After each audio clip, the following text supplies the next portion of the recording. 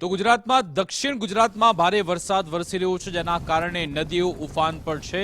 તેવામાં પૂર્ણાંબિકા અને કાવેરી નદીમાં ઘોડાપુર જેવી સ્થિતિનું નિર્માણ થયું છે। નવસારીમાં પહેલાથી જ રેડ એલર્ટ છે, તેવામાં કાવેરીમાં પૂર આવતા કાંઠાના 15 ગામડાઓને એલર્ટ કરાયા।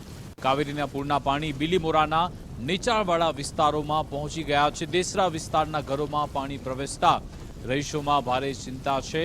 કોટણસમાં પાણી ભરાયેલા છે। દર વર્ષની જેમ ફરી એકવાર દેસરા સહિતના વિસ્તારો જળમગ્ન થઈ ચૂક્યા છે। નવસારીમાં ઉપરવાસમાં વરસેલા વરસાદને કારણે ચીખલી તાલુકાની કાવેરી નદીના જળ સપાટીમાં વધારો થઈ જવા પામ્યો છે। હાલ કાવેરી નદી ભયજનક સપાટીથી 1 ફૂટ નીચે ચાલી રહી છે।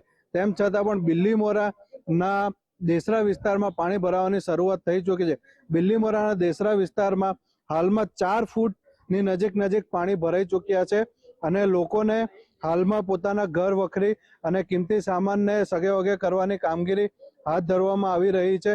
તો તંત્ર દ્વારા પણ નીચાણવાળા વિસ્તારોમાં જ્યાં પાણી ભરાઈ જાય છે ત્યાં લોકોને સાવચેત રહેવા માટે અપીલ કરવામાં આવી છે।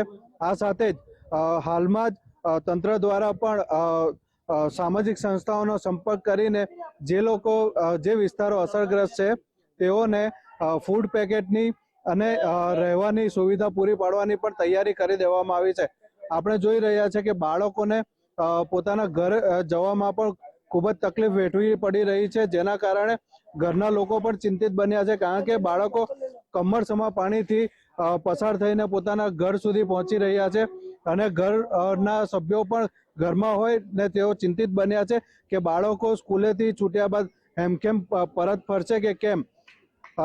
એક તરફ જ્યાં કાવેરી નદીના પાણી ભયજનક સપાટીથી 1 ફૂટ જ દૂર છે, ત્યાં બિલીમોરાના નીચાણવાળા વિસ્તારોમાં પાણી ભરાવાની સમસ્યાને કારણે તંત્ર પણ સાવચેતીના પગલાં લઈ રહ્યું છે અને લોકોને પણ સચેત રહેવા માટે અપીલ કરી રહ્યું છે।